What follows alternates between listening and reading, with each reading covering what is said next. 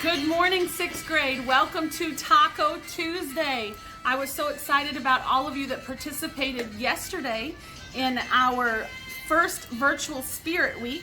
We had some fantastic Star Wars characters and Disney characters. One of our sixth graders even won the award.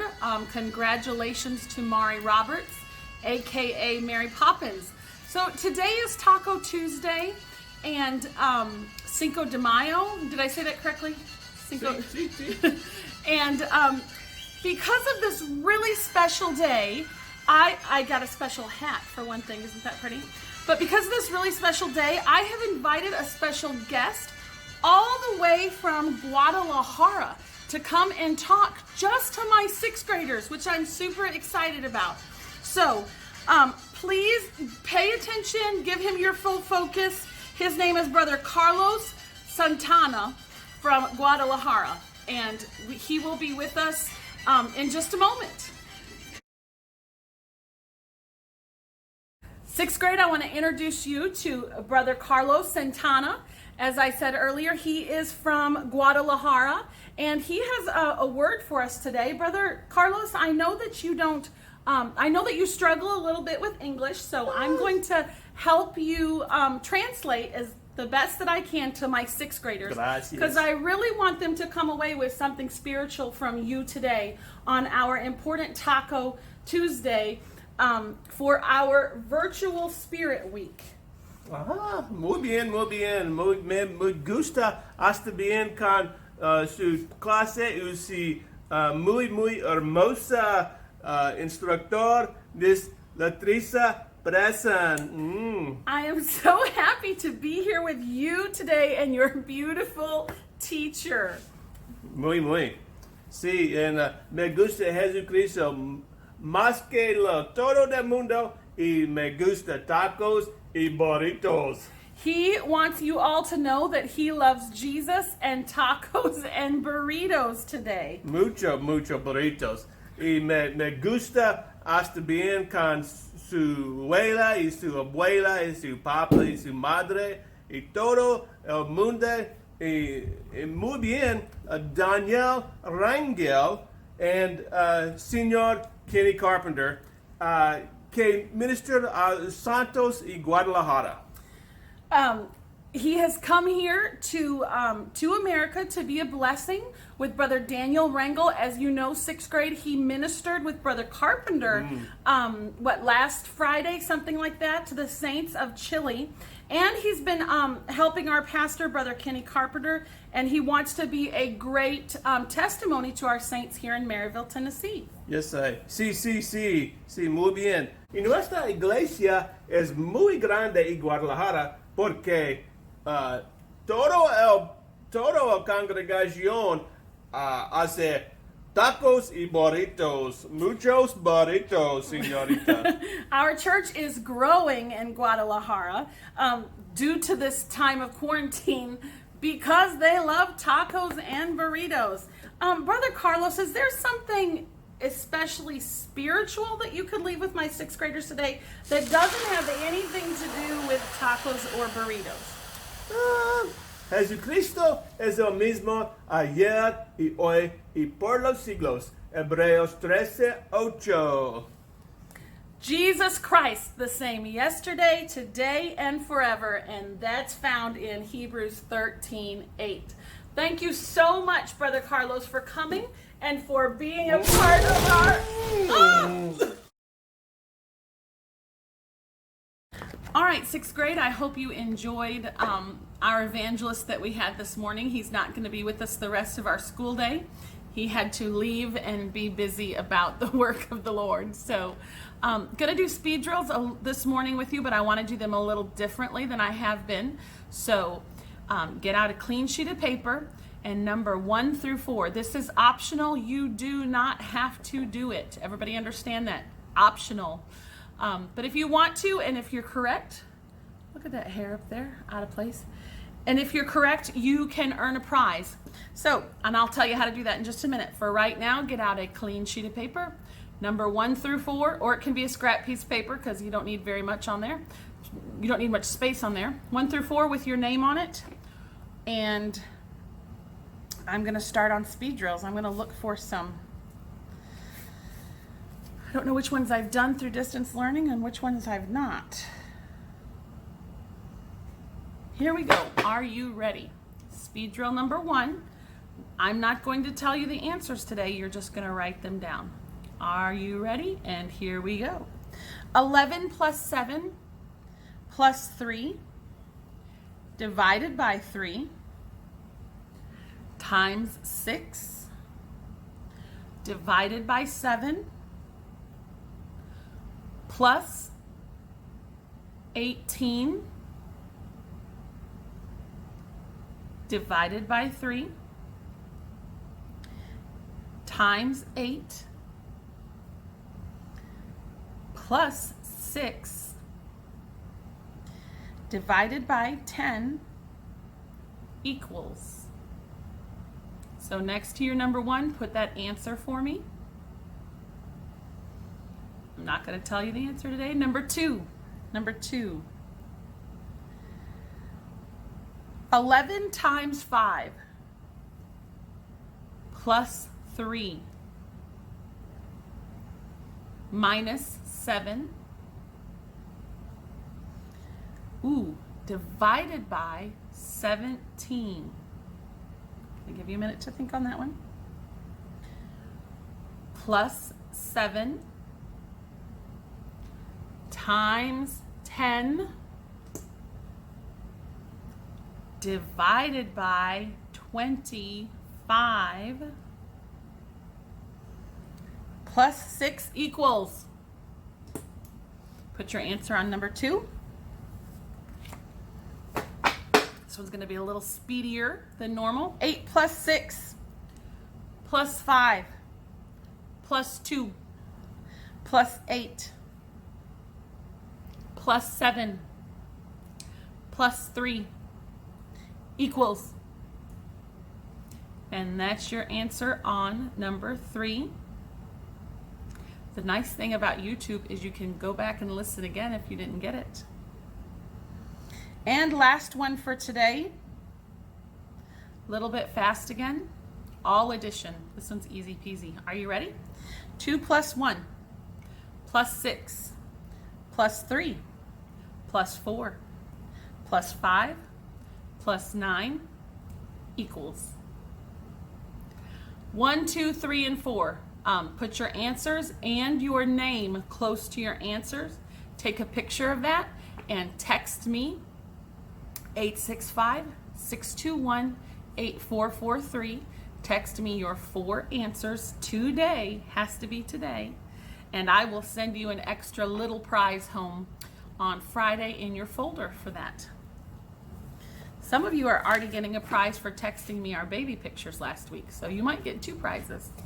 The answers to our baby pictures. All right, and we are moving right into math. We're doing more review today, which is kind of nice. Down towards the end of the year, guys, 10 days left. Amazing. And I wanted to read some memories each morning, but nobody sent me any memories. So I'm going to share mine real quick before we start math. One of my very favorite memories of 6th grade was when Dylan received the gift of the Holy Ghost. It was a beautiful day. It was a beautiful experience for Dylan. I'm so thankful that Dylan knows the comfort of the Lord inside his own heart now, the comfort of the Holy Ghost. It's there all the time. It doesn't leave. And I'm so thankful that he knows what that comfort is now. But another thing that I love about that day is how I watch all of my 6th graders gather around and pray for Dylan and ask the Lord to fill him with the Holy Ghost. And I believe it was through all of your combined prayers and the faith in Dylan's heart that the Lord gave him that very special gift. So that's honestly one of my very favorite memories of 6th grade. So please send me some of yours in. Send them on Jupiter. Text them to me. You might have to remind me if you send them in my email, because my email doesn't get checked very often. As Mari is learning, she sent me some assignments to my email, and I've had to go back and look at them again. So send me your memories. I want to share them with everybody. All right, math, here we go. let's open up your syllabus says for Taco Tuesday today. Page 253 is a review page. Number one, letters A through D. We are doing more equations, solving for the letter. I will do a quick review. My 3 big steps that I always tell you. Number 1, do what you know. If you know how to multiply, what's the first one? If you know how to add 8 plus 3 plus 3, and you should, do that first. Number 2, get your letter alone. And how do we do that? By doing the opposite. So let's look at A. By doing the opposite. A is 7y. Oh, there's no sign between the 7 and the y to tell us what we're supposed to do. So what do we automatically know we're supposed to do? Multiply, multiply. So what is the opposite of multiplying 7 times y? It is dividing 7 times y by what? By 7. That's your next step. Your final step.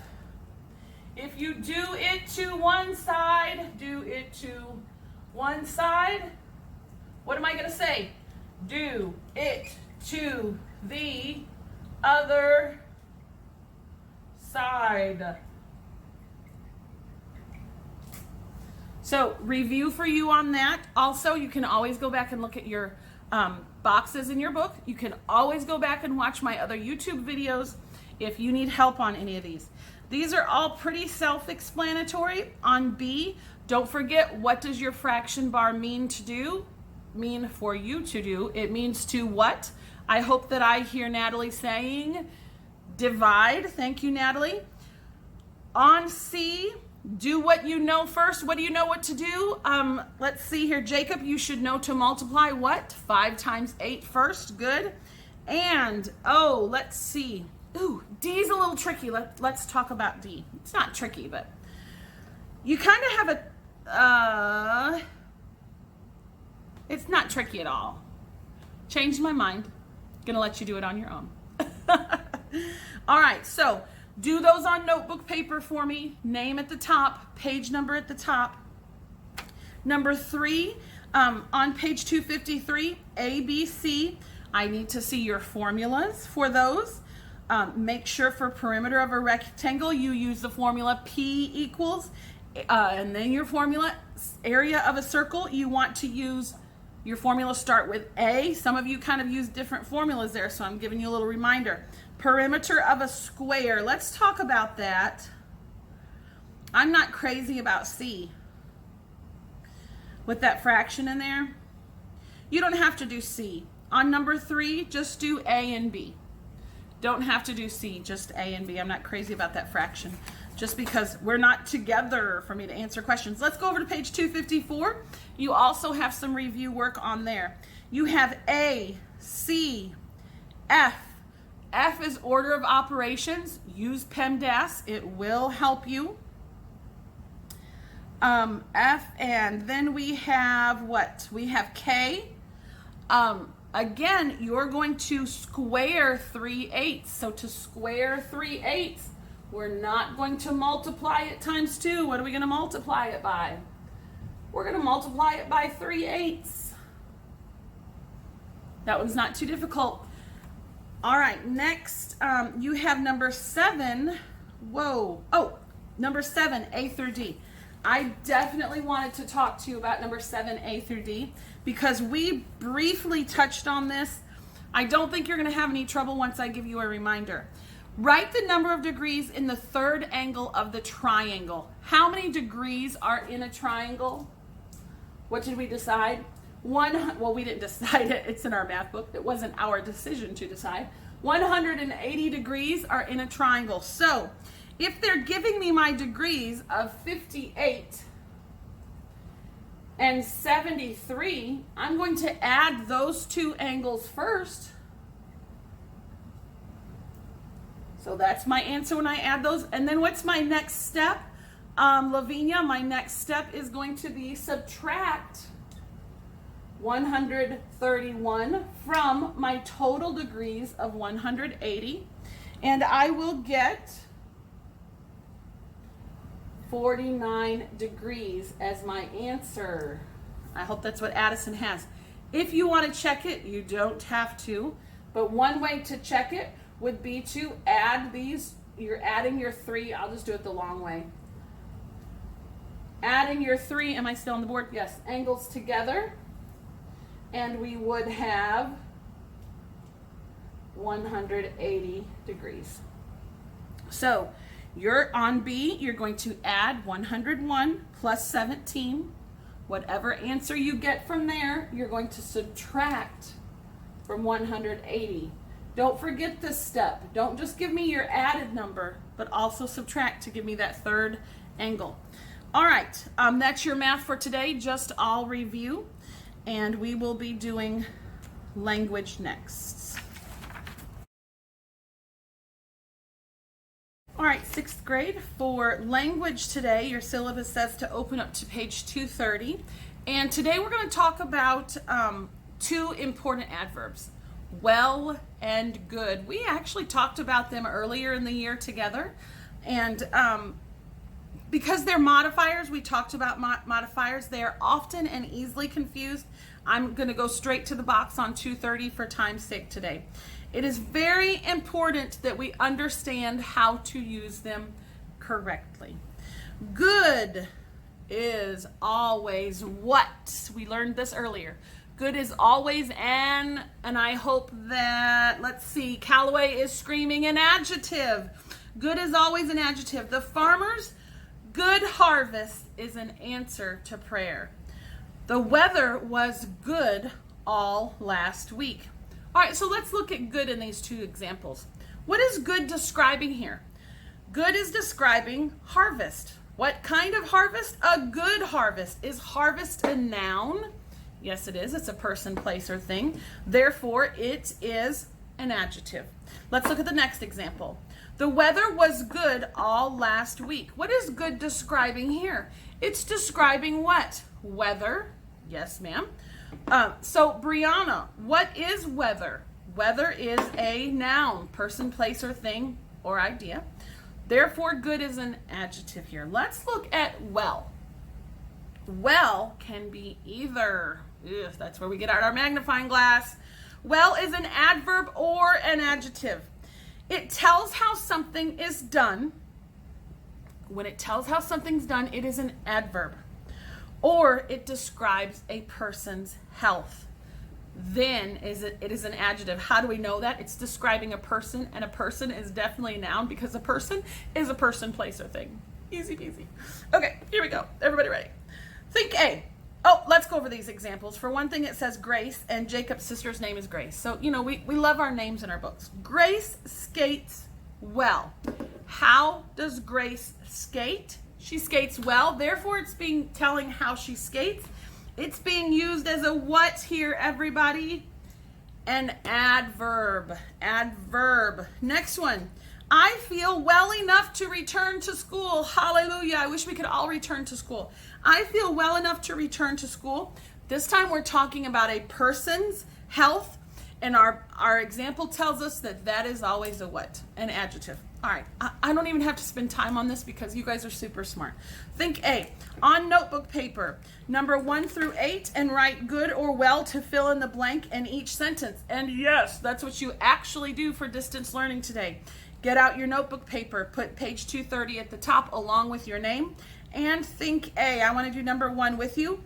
On your syllabus, it says to do think B, and you're going to do that on the exact same paper. Don't get out a clean sheet of paper for that. Number 1, your new hairstyle looks blank on you. So we're going to always use good as an adjective. So what are we describing here? The hairstyle. So it's a person, place, or thing. So we're definitely going to use the adjective what? Good. We would not say your new hairstyle looks well on you. That would be talking about how healthy the hairstyle is. Number 2, I want you to do that on your own, all the way down to number 8. I think I said 1 through 10 earlier. 2 through 8 should be on your paper. Let's look at Think B. I really think you guys are going to do fine with that. That's why I'm kind of going quickly. Decide if each of the following sentences is correct or incorrect. These glasses on. If the sentence is correct, write correct in the blank. If the sentence is incorrect, underline the mistake and write the correction in the blank. For distance learning on your notebook paper, please put Think B under Think A. I'm not worried about you writing the underlined part at all, so ignore that part of your directions. You don't have to put that in. I just want to know what you're putting on the blank. Number 1, I have not felt good all day. Here's where well and good gets tricky. We have misused well and good so often that we're used to hearing it incorrectly. I have not felt good all day. That sounds correct, doesn't it? It really does, because we've misused it so much. However, it is not correct. We're talking about health here, someone's health. So what should we put on the blank or on your notebook paper next to number 1? I have not felt well. So just write number 1, period, well. Everybody understand that? You don't have to rewrite the whole sentence. So you need to go through and decide if good or well needs to be changed. If it does, put the correct answer on the line. If it does not, put correct on the line. And you will have 4 of them that are correct. And you need to do 2 through 8, so half of them will be correct, half of them will be changed. Easy peasy. We're going to skip a few pages. I talked to you a little bit about that yesterday because I'm really wanting to focus on some important things because the year is zooming away from us. Let's go on over to page, your syllabus says 238. Remember how just, not even 2 weeks ago we did comparisons with adjectives? Yes, we must do comparisons with adverbs as well. And I'm not going to spend as much time because I've already introduced you to positive, comparative, and superlative with adjectives. So we're going to kind of go over this blue box rather quickly today. Most adverbs form the comparative and superlative degree by using what? This is all review. You're just doing it with adverbs instead of adjectives. By using more or most, or more and most. Positive, painfully. Comparative, more painfully.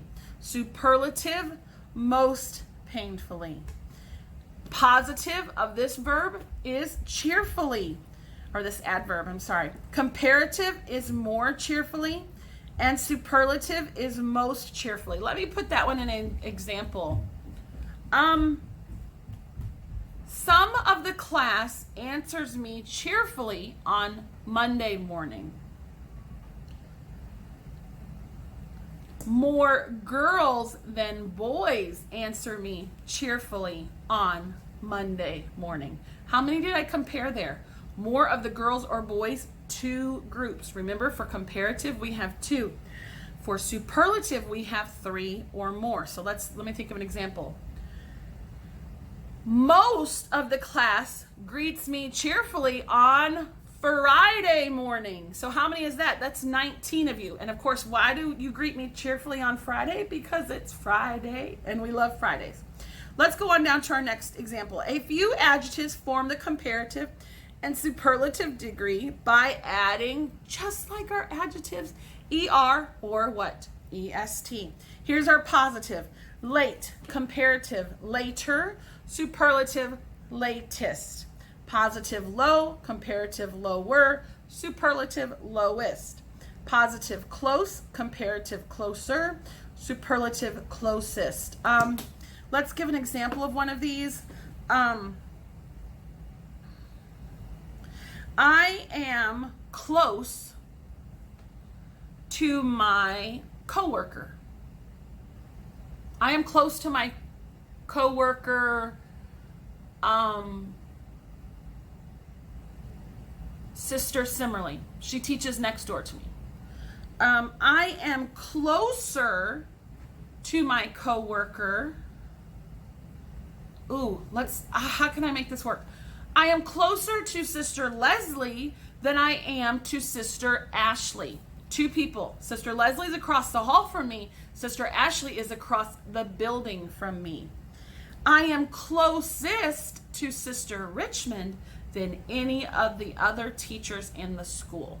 Because why? She's right across the hall from us. So that time I compared Sister Richmond and all the other teachers, so that's definitely 3 or more. I hope that example helps you. A few adverbs are irregular in form.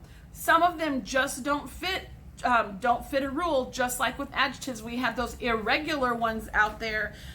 Positive, well, better, best. Never let it rest till your better is better and your better is best. Much, much more, most, badly, worse, worse. We talked about bad and badly. Ooh, that's a struggle for me. Little, less, least, and far, farther, farthest. So some of those don't fit our rule. It's just those that we just kind of have to know. So if you're struggling with those, study them. Let's go down to think back. And we just talked about this. Using the comparative degree when only how many things are being compared? Daniel, I hope you said 2. Think A. In each blank, write the correct degree of the adverb in parentheses. Think A, put on your same piece of paper as you've done our previous Think A and Think B. If you're out of room on the front, just flip it over and put it on the back, and I'll make sure and check when the back when I grade these papers. Number 1, Mike was able to run blank than Jaden. So we're using a form of far. How many people do we have here? We have 2, Mike and Jaden. So what are we going to use there? We're going to use our comparative form, which adds what at the end? An ER. Easy peasy, just like our adjectives. So do 2 through 6 on your line for me. You will use the form at the end of your sentence that's in parentheses. Let's go on over to Think B, which is page 239. Whew, lots of language today. Using adverbs correctly. You know why we're doing a lot? Because we're getting down to only 10 days left of school. And I want to get some of this important stuff in your very smart noggins. Using adverbs correctly, page 239. Please follow along in your blue box with me. Avoid the double comparison. Never use ER and more together, and we talked about this with adjectives, or EST and most together. Only one of those forms are needed. Incorrect. He runs more faster than I do. No, no, no, no, no. Please don't do that. All you need to say is he runs faster than I do. And that's pretty correct because probably anybody runs faster than I do. Next one. Those who work most hardest will usually excel.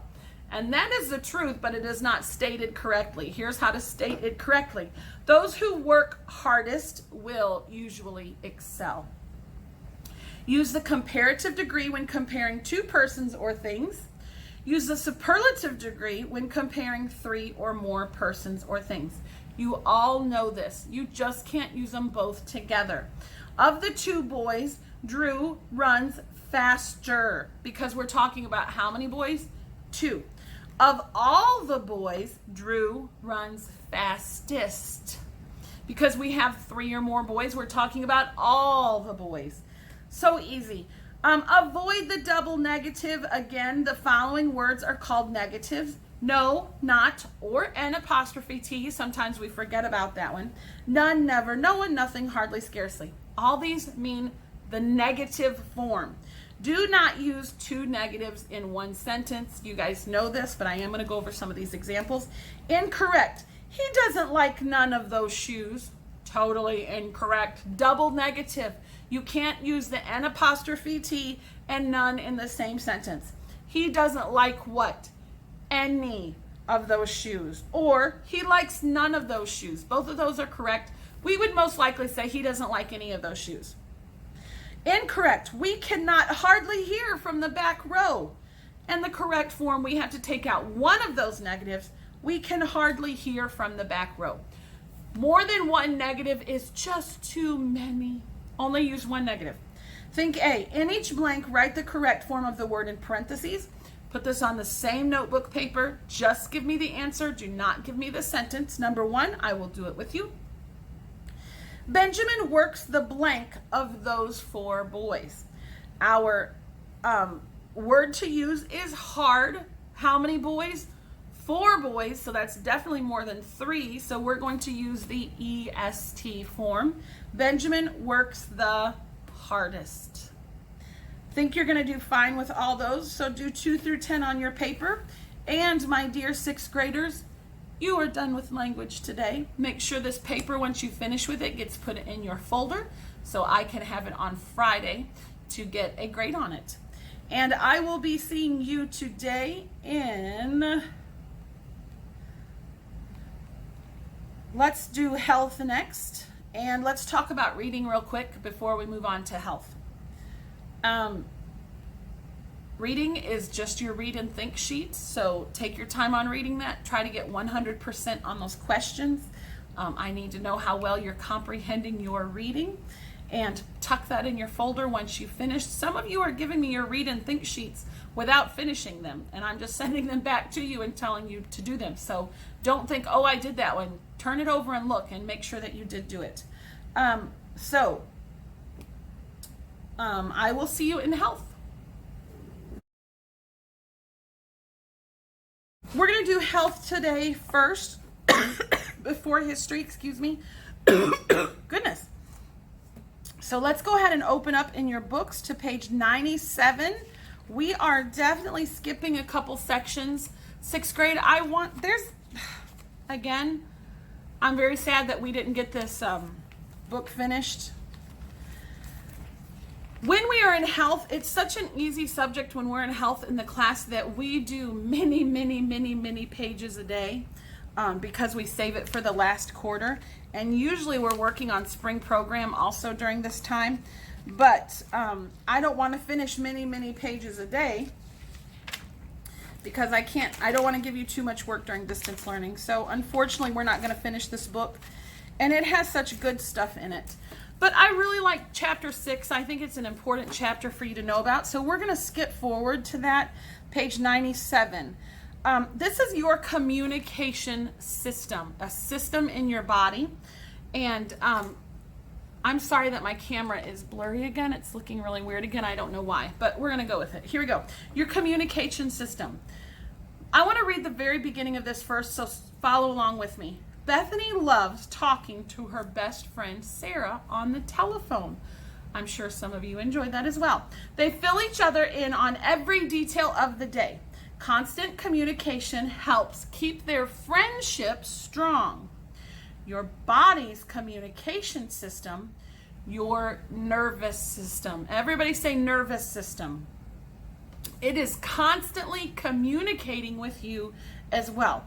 Right now, it is sending you messages about what you are reading. That's what your nervous system is doing.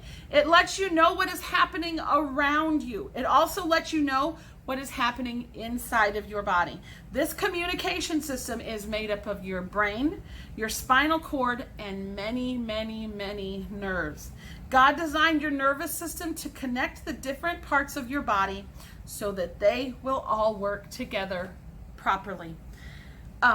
When we study the functions of the human body, I am always beyond amazed at how the Lord created us. Every system in our body, we have several, but every system is amazing. But I really like the communication system. I think the Lord did the Lord did a great job on all of it. I don't mean that, but it's such an interesting one, and that's why I wanted to skip ahead to this one. Your body's computer. You have a computer? Yes, you do. The nervous system is divided into 2 major parts. The central nervous system and the peripheral nervous system. Highlight, the central nervous system consists of the brain and spinal cord. Stop highlighting there. And acts as your body's computer, controlling the functions of each system. The peripheral nervous system is made up of nerves that control the involuntary actions of your body and all the other nerves that branch out into the body. It serves as the messenger system, carrying information from your brain to the other parts of your body. Your brain is a soft and spongy organ that weighs about 2 or 3 pounds. Could fit in your hands. It grew rapidly until you were about 5 years old. when it reached nearly full size. So you have the same size brain right now as you did when you were about 5. Your brain will grow slowly now and will continue to grow until you are about 20 years old. So let me explain something to you, because I am in the midst of raising 2 teenagers, and I already have pretty much raised 2 other teenagers. Riley will be a teenager until September, and then he'll be 20. Avery is going to be 23 in December. I will tell you that during your teenage years, your mom will say, "What's wrong with you? Why can't you remember this? Why can't you get this done?" And you can tell her that your brain is not fully developed yet. You can use that as an excuse. Let me tell you why. It is partially true. A lot of times I used to say to Avery, and still do, if your brain was not attached to your body, then you would leave it at home before you left the house. Your brain during your teenage years is actually still developing. And honestly, that's really one reason why teenagers sometimes make foolish decisions. That's one reason why a lot of people are concerned with teenage drivers, because the part of their brain about decision making is not completely formed. So it doesn't give you a license to make crazy decisions, but remind your parents, your brain is still developing. Your brain makes it, I'm on page 98, your brain makes it possible for you to move. It also makes it possible for you to think and learn. Think of the many different things you can do. You learned to feed yourself. You learned to talk. You learned to read and write. You can do all of these things because why? Because you have a well-functioning brain. Without your brain, you would feel no pain, but neither could you feel any happiness or any pleasure. You would never be bubbling over with joy. I often think of Natalie and Carly when I think of bubbling over with joy. You would never show concern for others. You would never show surprise or excitement. You could never learn anything new. So look at all the amazing things your brain does for you. Here are some parts of your brain over on page 98 at the top. Your cerebrum, your cerebellum, your brainstem, and your spinal cord. If you'll remember talking back about Johnny Erickson Tata, what did she break when she dove into the pond? Anybody remember? Her spinal cord at the back of her neck. Therefore, her legs and one of her arms and body would not work, because there was no more communication from that broken spinal cord. Where? To her brain. It is our communication center. Your brain's operator. All computers need an operator to control them. Do you know who controls your brain? Not your mom, not your friend. You do. You are in complete control. The real you. Because you control your brain, you can control your actions. One of my children, and I'm not going to say which one, often tells me, "But I didn't mean to." And you know what my favorite thing to say is, you control yourself. Nobody controls you but you. And that's true. It's right here in your health book.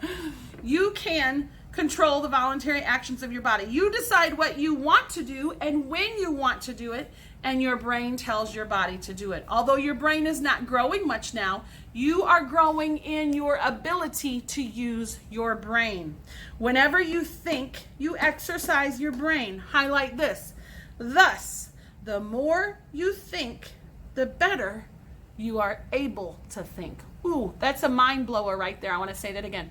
The more you think, the better you are able to think. Ooh, that one could preach, folks. That one could preach.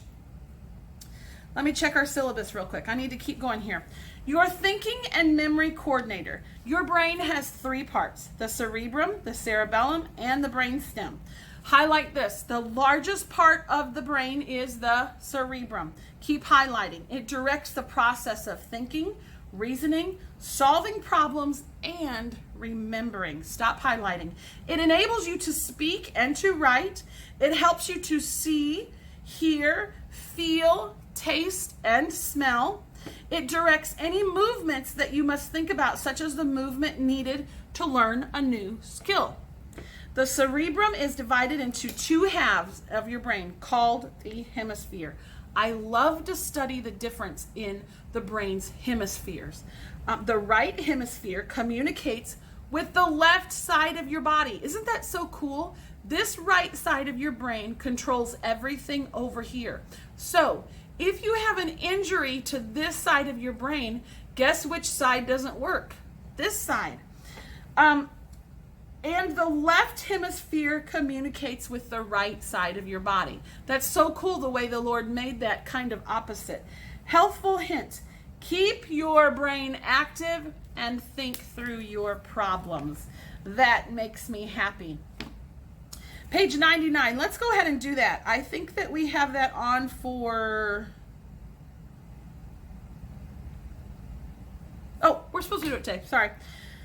Page 99. Feel the top of your desk or the table where you're sitting, or if you're listening on a couch, feel the top of your couch. Does it feel smooth and polished? I have my podium here from school. So, of course, mine feels smooth and polished. Does it feel rough or bumpy, dry or sticky? I hope you're not sitting somewhere that's sticky.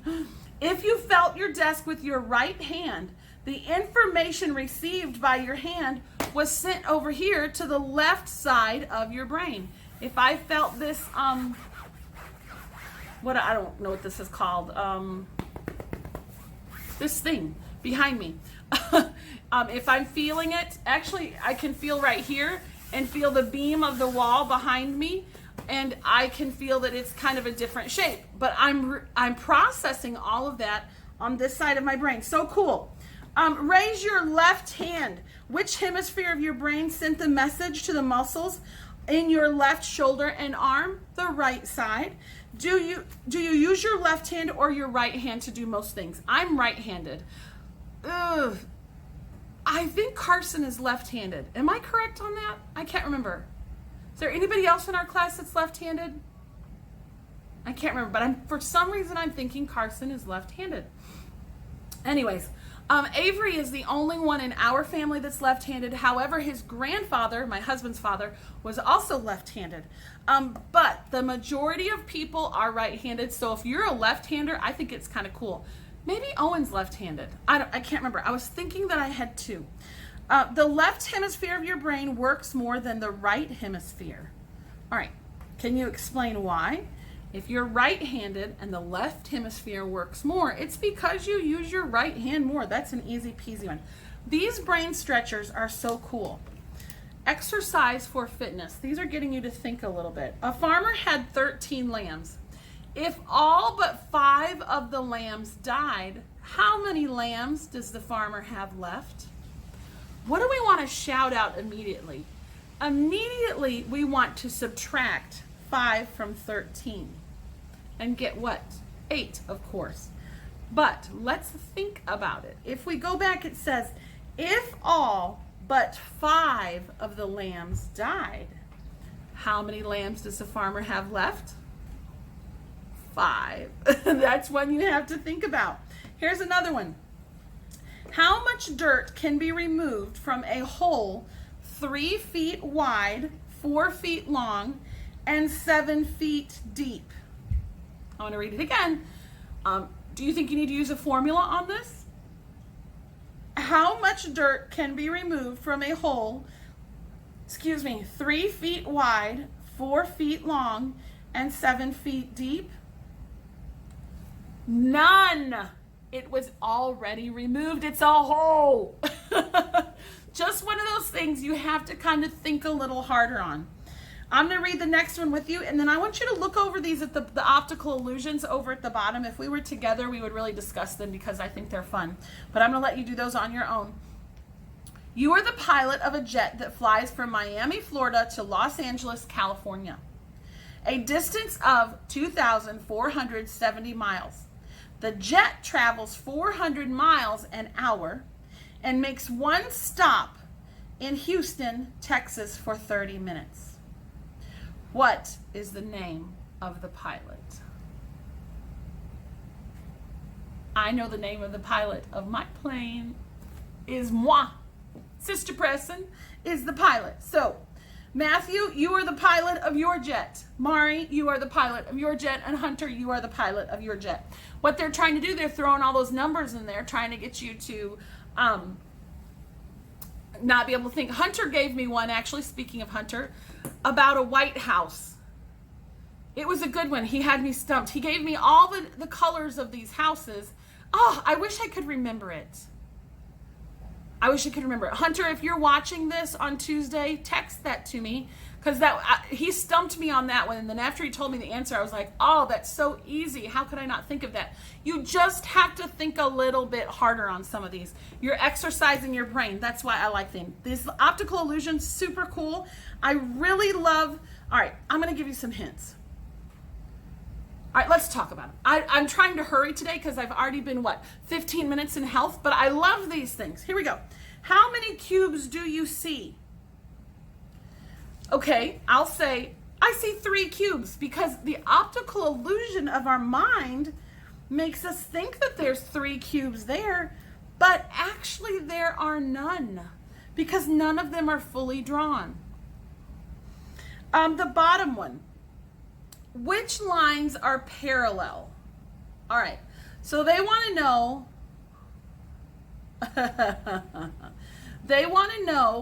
we think they're asking us which of the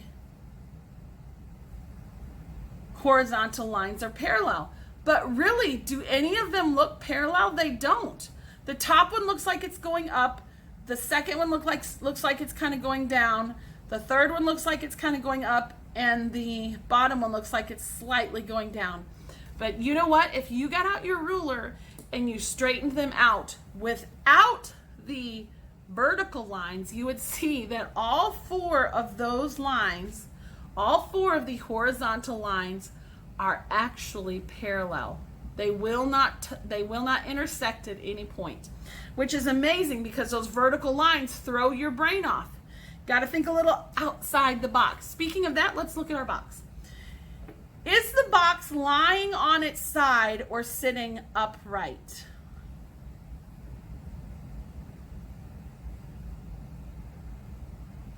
Ooh.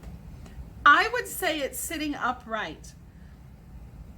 There's actually 2 ways to do this, and I'm not in front of my board. I wish I was in front of my board because I would do it, but that's going to take me too long to move it. Okay, listen carefully. I'm going to try to explain it to you. If you shade the side of the box, so if you shade the very front rectangle of the box and the one that's angled at the side, you'll see that you could put something down inside the box. However, if you shade, look at it another way, and you could shade this side and the very small rectangle at the bottom, you will see that the box can be opened this way. Very cool, totally optical illusion. Let's go down to this old lady. What do you see? Some of you might not see an old lady. When I first glance at it, I see a young lady, a pretty lady with a feather coming out of the top, with her face turned to the side and her ear, and then her eyelash sticking out, and she has a little tiny nose sticking out, and then she has black hair with like this hooded cape thing on, and then like this pretty fur cape, and then like a necklace choker on. That's what I see.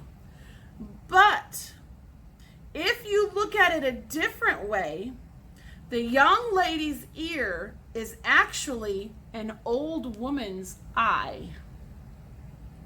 And the young lady's chin is the old woman's nose. It totally changes the look. So I want to explain it again. Look at the young lady's ear. And then kind of look down at a slant. Look at her ear and then look down at a slant, and you will see that it changes shape, and you actually now have an old lady's eye instead of an ear, a big ugly nose, and a chin that comes way out, and a mouth. The choker on the young lady is the mouth of the old woman. Super cool optical illusion. I love this stuff. Wish we were together. I'd show you some more that I have on my computer. I've talked way too much today, guys. I'm so sorry. Please forgive me. Please love me anyways. You have a worksheet to do today. pages 19 and 20. Page 20 is,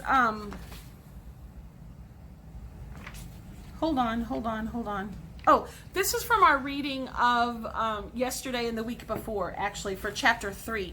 So you will not find the answers here in chapter 6. Go back to chapter 3 for these answers.